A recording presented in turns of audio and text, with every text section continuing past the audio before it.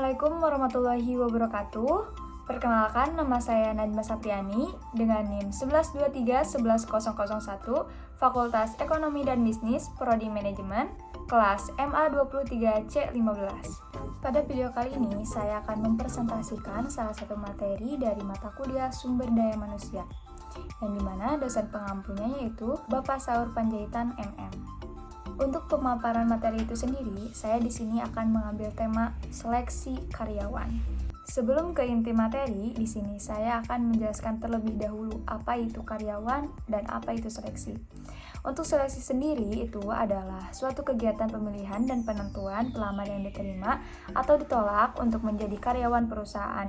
Seleksi ini didasarkan kepada spesifikasi tertentu dari setiap perusahaan yang bersangkutan. Dan untuk karyawan itu adalah suatu kekayaan atau aset utama dari setiap perusahaan. Peran karyawan sangat menentukan berhasil tidaknya suatu perusahaan untuk mencapai tujuannya.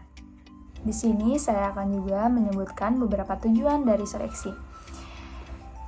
Yang pertama itu untuk mendapatkan karyawan yang qualified dan potensial, mendapatkan karyawan yang jujur dan berdisiplin, mendapatkan karyawan yang cakap dengan penempatan yang tepat, mendapatkan karyawan yang terampil dan bersemangat dalam bekerja, karyawan yang memenuhi syarat undang-undang perburuhan, karyawan yang dapat bekerja sama, dan masih banyak lagi.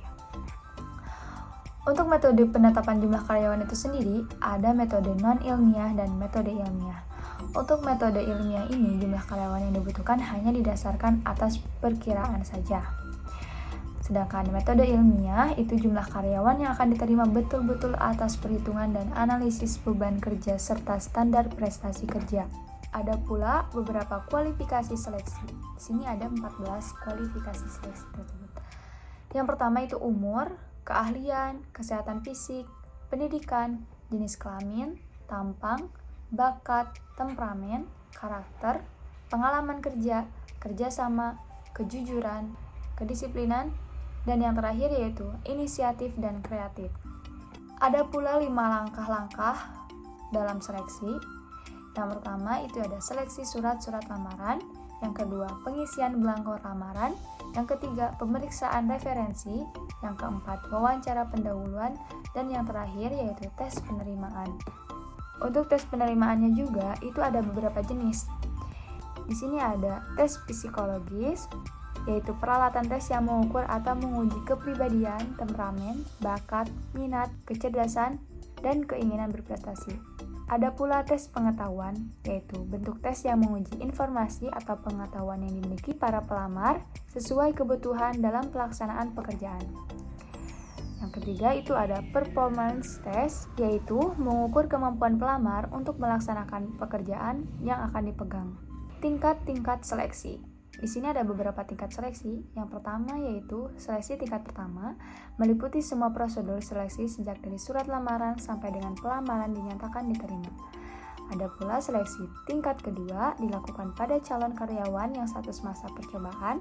Seleksi tingkat kedua lamanya ada yang 3 bulan, 6 bulan, atau setahun.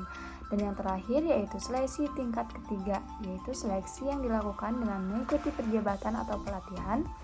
Mereka akan dipromosikan dan diangkat menjadi karyawan tetap serta haknya akan diterima sepenuhnya. Yang terakhir itu adalah langkah-langkah dalam proses seleksi. Di sini ada 7 langkah. Yang pertama yaitu penerimaan pendahuluan pelamar, yang kedua tes-tes penerimaan, yang ketiga wawancara seleksi, yang keempat pemeriksaan referensi-referensi, yang kelima evaluasi medis atau tes kesehatan, yang keenam wawancara, dan yang terakhir yang ketujuh yaitu keputusan penerimaan. Nah, mungkin itu saja untuk pemaparan materi mengenai seleksi karyawan. Semoga bisa bermanfaat untuk teman-teman semuanya. Sekian dan terima kasih. Wassalamualaikum warahmatullahi wabarakatuh.